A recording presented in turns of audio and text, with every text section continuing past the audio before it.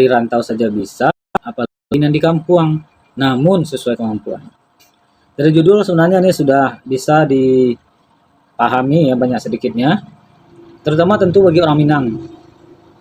Manjalang Mintuonya ini yang mungkin agak perlu dijelaskan ya untuk orang non-Minang. Kita langsung saja ke paragrafnya. Bulan puasa di Minangkabau bukan sekadar bulan menahan lapar dan haus saja. Ia datang bersama bau rendang yang mulai mengental sejak sore. Rendang tahu ya, pernah jadi masakan nomor 1 di dunia, terenak. Kemudian bau kalio yang mengepul dari dapur. Kalio itu sejenis masakan juga. Gula yang sudah kental, nah itulah kalio lebih kurang. Membuat lamang yang sibuk membolak-balik bambu di halaman surau. Lamang itu dari beras pulut, kira begitu. Ya dibuatnya dari pakai bambu, dibolak-balik, apinya di bawah gitu ya. Lamang itu namanya. Campurnya tapai, lamang tapai gitu ya. Kemudian anak-anak berlari menjelang waktu berbuka, sandal berserak di tangga rumah gadang, suara azan maghrib yang menggema dari bukit ke bukit. Ini simbolisasi Minangkabau zaman dulu sebenarnya ya. Ramadan di Minang itu hidup, hangat, ramai dan penuh makna, excited bagi orang Minang itu sendiri ya. Jadi ini karena ada judul kita tulisan rantau, bagi orang di rantau, ya mungkin bisa in memorial, mengingat bagaimana dulu waktu kecil di kampung, khusus 9 puasa, yang laki-laki ya pakai kain sarung, sholat tarawih, kemudian ya di surau, mungkin ya juga berlari-lari ya, kemudian pergi MTQ, kemudian lalok di surau atau tidur di surau sampai waktu sahur, ada juga seperti itu ya. Kalau saya kelahiran tahun 88, berarti masa anak-anaknya itu 90-an masih mendapati itu. Walaupun katanya lebih kental lagi tahun 70-an ya, apalagi tahun 60-an, tapi tahun 90-an itu masih lah. MTQ antar kampung itu memang hidup, antar suku, antar surau. Kemudian orang Manggale Pabukuan itu banyak ya. Oke, ada juga nih seingat saya nih, ada yang dagang menjelang waktu berbuka itu dagang es ya. Es itu sangat laku itu dulu. Saya masih ingat, tapi ia itu orang kampung saya, di atas saya umurnya. Gak mungkin saya sebut nama. Pokoknya ada dia setiap bulan puasa itu menjelang orang berbuka, itu dia bawa es pakai tabung. Banyak lagi ya. Kemudian kita lanjut. Di antara makna yang paling dalam itu ya adalah Manjalang Mintuo. Baru di sini kita jelaskan. Manjalang Mintuo itu menjelang, menghampiri, mendatangi. Ya gitulah. Mintuo yang mertua. Yang dimaksud mertua di sini tentu perempuan ya yang pergi ke tempat mertua laki-lakinya, karena di Minangkabau orang menikah laki-laki tinggal di rumah istri. Itu. Ya bukan istri dibawa ke rumah suami, tapi suami yang tinggal di rumah istri. Tradisi ini, kalau ini dikatakan tradisi, bukan sekedar membawa rantang pembawaan. Ia adalah simbol penghormatan dari menantu ke mertua tentunya. Biasanya seorang istri yang melangkah ke rumah ibu suaminya, ia datang bukan sebagai tamu, bukan tamu. Ia adalah datang sebagai menantu atau sebagai anak. Ya. Jadi itulah yang dikatakan Manjalang Mintuo. Di sini sudah clear nih makna dari judul kita. Karena perempuan itu tahu yang membesarkan laki-laki yang kini menjadi suaminya adalah ibu itu. Ada tangan tua yang dulu menyuapi suaminya, ada doa yang dulu mengiringi sekolah suaminya, ada air mata yang mungkin tak pernah diceritakan untuk membesarkan suaminya. Dan hari ini ia datang membawa tanda hormat tersebut karena pengorbanan ibu kepada suaminya sungguh sangat banyak. Ada yang terceritakan, ada yang tidak. Jadi dia sudah dapat gedang, dapat lagadang, ya pantas itu bentuk penghormatan. Salah satunya dengan Manjalang Mintuo di bulan Ramadan. Kan sudah besar aja suaminya dapat kan? Yang membesarkan dari kecil siapa? Ibunya. Allah berfirman, kita sudah masuk ke ayat Al-Isra ayat 23, dan Tuhanmu telah memerintahkan agar kamu jangan menyembah selain Dia dan hendaklah berbuat baik kepada orang tua. Mertua memang bukan orang tua kandung, tetapi ia adalah orang tua dari pasangan kita. Dan menjaga hubungan dengan mertua adalah bagian dari menjaga rumah tangga itu sendiri. Rasulullah bersabda, hadis riwayat Tirmizi nomor 3895. Sebaik-baik kalian adalah yang paling baik terhadap keluarganya. Hadis ini presisi bisa ditakdir. Keluarga bukan hanya yang saudara, tetapi yang Allah satukan, ada yang lewat nasab, keturunan, ada yang lewat akad. Jika pernah ada retak, jika, ini pakai jika nih, tentu nggak semua orang ya. Tidak semua hubungan mertua dan menantu itu mulus, enggak juga. Kadang ada yang salah paham, apalagi tinggalnya berdekatan mungkin ya, atau sering ketemu. Kadang ada ucapan yang terselip terlalu tajam, kadang ada diam yang panjang, enggak basapuan. Ada kami menantu mertua dan basapuan? Ada. Walaupun enggak banyak ya. Ramadan adalah kesempatan Allah untuk memperbaikinya. Kesempatan yang diberikan Allah ini untuk memperbaikinya. Ini bukan kesempatan Allah nih. Ya nggak apa-apa, nama tulisannya kita perbaiki. Ya Ramadan ini kesempatan untuk memperbaiki hubungan tadi. Datanglah, duduklah, walau hanya sebentar. Itulah yang menjalang itu. Karena kadang orang tua tidak butuh penjelasan panjang. Ia hanya butuh kehadiran dan jangan lupakan cucu. Kita kan sebagai menantu itu pergi ke rumah mertua membawa cucu kan, maka seorang nenek yang membuka pintu lalu melihat cucunya berdiri di depannya, itu kebahagiaan yang tidak bisa ditukar dengan mobil baru, dengan oleh-oleh mahal, dengan status sosial apapun. Bukankah begitu, Nek? Nah, ini kalau ada nenek-nenek yang nonton ini boleh di komen ya. Kan yo mau itu nenek ini ada juga di sini Ino. Kalau kami di kampung kami Amai. Kami Amai namanya. Wilayah sekitar Padang Panjang tuh kami Untuk Sangkar saya dia. Kami panggil nenek itu Amai ya. Mirip bahasa Cina ya, Amai-amai. Ya, emang Amai kami panggilnya. Nenek itu Amai. Baik. Jadi, ketika seorang nenek membuka pintu, ngelihat cucunya datang dengan menantunya, itu kebahagiaan yang luar biasa. Di kampung memang ada perbandingan. Yang datang pakai mobil besar, yang datang pakai mobil lama, yang datang membawa rantang bertingkat, yang datang hanya membawa sekotak kue. Tapi di hati seorang ibu, nenek tadi, Amai tadi, yang paling mahal bukan pembawaannya, bukan alat yang dibawa pakai apanya, tapi kedatangan itu yang sangat berharga. Ya, ini penekanan di tulisan. Ya, mudah-mudahan menantu bagi yang sempat, ya silahkan lakukan ini Manjalang Mintuo. Isinya apa? Gak bisa dijawab gak bisa dijawab secara langsung ya, karena dia fluktuatif. Saya tahu saya. Seperti kampung kami ya di Tanjung Barula itu beda dengan Malalo pembawaan orang pai menjalangnya. Di Damasraya tempat saya sekarang pun beda juga, tapi kegiatannya tetap ada. Jadi kalau ada yang bertanya bawaannya apa, gak bisa dijawab apa sama aja ya. Beda-beda di tiap kampung itu tergantung tradisinya. Kemudian kita masuk ke subjudul dari rantau saja bisa. Nih dia. Hari ini orang Minangkabau tersebar di seluruh penjuru dunia. Ada yang di Amerika, ada yang di Kanada, ada yang di Australia, ada yang di negeri-negeri Arab, ada yang di Afrika dan lain sebagainya. Waktu video ini dibuat, Amerika sedang menyerang Iran, ya. Tapi kita nggak komentar itu, kita komentari Palestina, ya. Siapapun yang mendukung Palestina, kita dukung. Nih, maaf nih kalau nama politik kalau kurang tepat ya dimaklumi saja, kita nggak bicara politik. Jadi saya ulang, hari ini orang Minang tersebar di seluruh penjuru dunia. Ada di Amerika, ada di kutub utara, kutub selatan, ada yang di Jepang, di mana saja lah, ada yang di Kanada. Ribuan kilometer memisahkan, beda waktu, beda musim, beda langit. Maksud beda langitnya beda apa ya, langit udah terpisah jauh gitu. Ada yang berbuka ketika kampung sudah sahur. Ya, betul. Ada yang sahur ketika kampung sudah tarawih. Ya, ini perbedaan. Ini menunjukkan bahwa orang Minang ada di everywhere ya, bukan anywhere, everywhere. Namun rindu tidak pernah mengenal perbedaan zona waktu. Teknologi memang membuat suara tetap sampai. Opsinya bisa video call. Bisa mempertemukan wajah, face to face.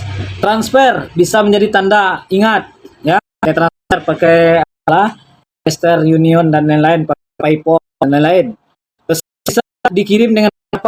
Ya, tetapi ya ini menunjukkan misalnya dulu. Orang dari rantau saja bisa, silakan kontak mertuanya di kampung Tando Manjalang. Satu. Yang tapi ada hal yang tidak bisa dikirim lewat layar. Kehangatan duduk bersisian di ruang tamu tua itu, aroma dapur yang sama seperti dulu, tangan tua yang menggenggam cucunya langsung, bukan melalui kaca ponsel, itulah yang, mohon maaf, agak sedikit menyedihkan di hati para perantau. Maybe yes, maybe no. Ya kemungkinan ya, ini ya mungkin tidak juga, tapi rasanya di tulisan saya buat ini agak penuh feel ini. Kadang-kadang seorang ibu di kampung berkata, iyalah, Allah nampak wajahnya di HP. Nampak nih video call, nampak di HP. Wajah orang dari Amerika, wajah orang dari mana. Tapi setelah panggilan selesai, rumah kembali sunyi. Yes, ini reality fakta. Ia mungkin menatap kursi kosong lagi di sudut ruangan, tempat anaknya biasa duduk, tempat cucunya pernah berlari di situ, dia tatap mungkin dengan hati yang sedih. Ya, tapi biasanya orang Minang nggak mudah-mudah aja menangis ya. Tidak mudah aja menangis. Orang Minang biasanya very strong.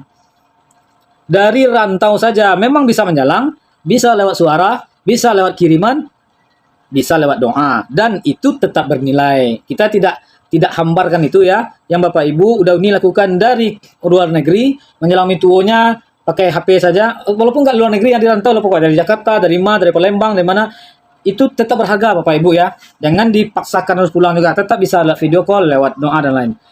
Tetapi tetap saja yang jauh itu menyimpan satu sedih yang tidak semua orang mengerti. Ini feel-nya. Ini saya masukkan di tulisan. Ya, akan menyentuh hati rasanya karena tetap berbeda ya, layar dengan langsung. Sedih karena tidak bisa mencium tangan secara langsung. Sedih karena tidak bisa melihat rambut ibu yang mulai memutih, bahkan sudah memutih, bahkan kulitnya laba kerinyui, berkerenyut. Sedih karena setiap Ramadan selalu ada pernyataan dalam hati, entah masih sempat tahun depan, entah tidak. Tapi apalah daya. Ya mungkin pekerjaan, mungkin suasana, mungkin nggak bisa meninggalkan anak, mungkin pitis nggak ada, piti nggak ada untuk pulang. Ya terbatas, ya tentu apa ya. Dari saya mungkin fasobrun jamil aja lah. Artinya itu, sabar ya. Dari rantau saja bisa, apalagi yang di kampung. Ini udah masuk untuk orang di kampung nih. Yang di rantau kita dulu kan ya. Jangan sampai yang jauh menahan air mata di negeri orang, sementara yang dekat menunda datang hanya karena masih ada waktu. Rasa kabisuk, karena orang di rantau pun sangat ingin pulang kampung. Kiranya di kampung pun kadang tidak peduli, padahal bisa melakukan. Memang ini nggak wajib. Ini nggak juga termasuk dalam ibadah makdah. Tidak, saya nggak mengatakan itu ya. Ini murni tradisi baik. Tapi ada nilai pahalanya kalau dilakukan dengan ikhlas, dengan baik, dengan penuh penghormatan, ada nilai pahalanya. Tapi ini bukan kewajiban, no. Karena waktu tidak pernah memberi kabar sebelum ia memanggil kesempatan itu. Khususnya di kampung, dari judul aja kan udah kelihatan, pergilah. Tanda kutip seolah-olah saya menyuruh, tapi tidak memaksakan. Kok uku apa yang bayang? Kalau memungkinkan, silakan dilakukan. Lalu judul yang selanjutnya, subjudulnya, ini mungkin akan feel lagi nih. Jika mintuo sudah tiada, meninggal dunia, mertua tadi, ayah dari suami tadi, ayah atau ibunya, nenek tadi ya, sudah meninggal dunia. Lalu bagaimana jika mertua sudah meninggal dunia? Di sini momen yang sering membuat hati tercekak. Saya mau tuliskan hati sesak atau tercekak ini sudah puncak kalimat dalam penulisan ini. Tercekak rasa hati gitu. Tasake bahasa Minangnya. Sakit rangkuangan ketika mengana orang sudah meninggal dunia. Bayangkan seorang ibu yang dulu melahirkan suamimu, suami laki, amak lelaki ini, yang bergadang saat ia demam, yang mungkin menjual perhiasan, ame galangnya untuk biaya sekolah, yang diam-diam berdoa agar anaknya kelak menjadi pasangan yang baik, kinilah berhasil lah jadi suami kita. Pantaslah diberikan penghormatan dengan cara menjalang mintuo. Hari ini, ia tidak ada di atas bumi lagi. Misalkan yang dirantau, apakah mertuanya daripada nggak ada di Minang nggak ada, dia mereka sudah dalam barzah alam tanah. Rumahnya mungkin masih berdiri, dapurnya masih sama, tapi suaranya sudah tidak ada. Fisik dan jasadnya sudah terkubur bersama. Ya ini hiperbola ya, hiperbola ini maksudnya nama tulisan lah, saya agak hiperbolakan. Ya dia telah masuk ke dalam jenazah bersama amalnya. Kalau kita terlambat datang ketika ia masih hidup, jangan sampai kita terlambat mendoakannya ketika dia telah tiada. Maksudnya, kalau ketika hidup kita dulu agak acuh atau bagaimana atau kurang, apalagi sempat salah kepada mertua, jangan pula kita abai acuh lagi mendoakannya ketika dia telah tiada. Cara mendoakannya gimana? Ini kita lanjut. Ini kita pakai dalil lagi. Abu Daud nomor 5142. Ia mendoakan keduanya dan memohonkan ampun untuk keduanya ketika Rasulullah ditanya tentang cara berbuat baik kepada orang tua yang sudah wafat. Kirimkan Al-Fatihah, bersedekah atas namanya, hadiahkan pahala bacaan Quran untuknya, niatkan setiap amal baik untuknya. Dan bayangkan ini di suatu malam Ramadan, ketika orang-orang sibuk dengan urusan masing-masing, ada seorang ibu di alam barzah yang mendapat cahaya dari doa menantunya. Bukankah itu menjalang juga namanya? Itulah bentuk menjalang Bapak Ibu. Udah ini yang dirantau ya. Tidak dirantau jauh dan rantau dakik sama saja. Kadang yang membuat kita meneteskan air mata bukanlah kehilangan, tetapi kesadaran bahwa kita belum cukup berbuat baik sebelum kehilangan orang-orang tersebut, mertua dalam hal ini. Kalau hari ini mertua masih hidup, teleponlah, jangan ditunda aja lah. Tanyakan kabarnya, tanyakan obatnya kalau sedang sakit, tanyakan apakah dia sudah berbuka atau belum, sahur tadi jo apa, sembahyang sampai puluhan misalkan, bayarkan iu apanya, kelengkapannya, kelakuannya, segala macamnya. Karena suatu hari nanti pertanyaan itu tidak bisa kita ajukan lagi. Ya, ini agak feel ya, agak deeper. Namun sesuai kemampuan. Nah, ini tentu ada attention penegasan. Islam tidak pernah memaksa. Al-Baqarah 286 menjalang itu bukan lomba gengsi. No, bukan adu rantang, bukan adu kendaraan. Datanglah sesuai kemampuan. Yang datang pakai auto kijang buru, datanglah. Kijang baru datanglah, kijang Ribbon datanglah. Pakai Innova, pakai Avanza, pakai Pajero Sport datanglah. Jangan pandang itu. Memberilah sesuai kemampuan. Jangan sampai pulang dengan utang yang karena ingin tidak mampu. Sekali lagi, menjelang pintu rancak, hebat, mantap, kame, tapi jangan sampai utang gara-gara itu. Gara-gara menjelang pintu. Dalilnya udah saya tuliskan, gak ada paksaan di agama, dan ini pun bukan kewajiban. Yang akan diingat oleh seorang ibu mintuo tadi bukanlah harga yang kita bawa. Yang akan diingat adalah langkah kaki yang datang sebelum terlambat. Ya, langkah kaki yang datang nih yang akan diingat sebelum terlambat. Kalau sempat-sempatkan lah, itu intinya. Dan mungkin di sepertiga malam terakhir Ramadan, ketika ia mengangkat tangan tuanya, ia berdoa, ya Allah, jaga rumah tangga anakku ini. Ini saya serius ya. Mungkin doa-doa seperti ini yang kurang. Kalau ada, Bapak Ibu, mohon maaf nih. Udah ini yang rumah tangganya kurang baik, kurang apa, rasa kipaya, anak tangka, madah, nakal bahasa Indonesianya. Mungkin doa ini nggak kurang dari orang tua kita, dari mertua kita. Dengan berkunjung itu mudah-mudahan dia bisa mendoakan ketika sepertiga malam, ya Allah, jadikan rumah tangga anakku itu baik. Doa itulah melancarkan rezeki. Doa itulah menenangkan sakinah, mawaddah, warahmah itu. Mungkin salah satu doa tadi. Doa orang tua, bahkan doa mertua, tidak pernah ringan. Kalau tulisan ini membuat kita berhenti sejenak, atau menunduk, lalu mengambil ponsel untuk menelpon, atau mengirimkan doa juga malam ini, saling doa mendoakan ya, saling doa mendoakan. Maka Ramadan ini tidak akan sia-sia kalau itu yang kita kerjakan. Tapi sebelum terlambat, Ramadan tidak selalu datang 2 kali. Untuk orang yang sama, bisa jadi tahun depan kita nggak ketemu dengan Ramadan. Di Minang ada petuah, jangan sampai ayemato turun di kuburan, tapi indak turun wakatu masih dui. Jangan sampai ayemato jatuh ketika semua lah terlambat. Pergilah menjalang mintuo, bawalah anak-anak, hidupkan kembali rumah yang dengan suara langkah kaki, lari-larian, derai, canda, gelak, tawa, anak cucu. Dari rantau saja bisa, apalagi dan di kampung. Namun sesuaikan dengan kemampuan. Jangan gadang pasak dari batu. Dan pinjai, dek. Jangan bilang kapak dan pinjai. Karena pada akhirnya, yang paling diingat oleh seorang bukanlah isi rantang yang kita bawa, tetapi kita datang sebelum penyesalan lebih dulu tiba. Jadi yang bagian sempat, datanglah menjelang mintuo secara direct atau langsung, ataupun dari rantau dengan berbagai macam alat pembantu zaman teknologi. Tapi tetap ada doa yang tulus diberikan, rasa feel hati yang diberikan kepada orang tua. Tadi saya sudah uraikan di tulisan, bagi yang sudah meninggal, bagi yang masih hidup yang sudah tua. Mudah-mudahan tulisan ini manfaat.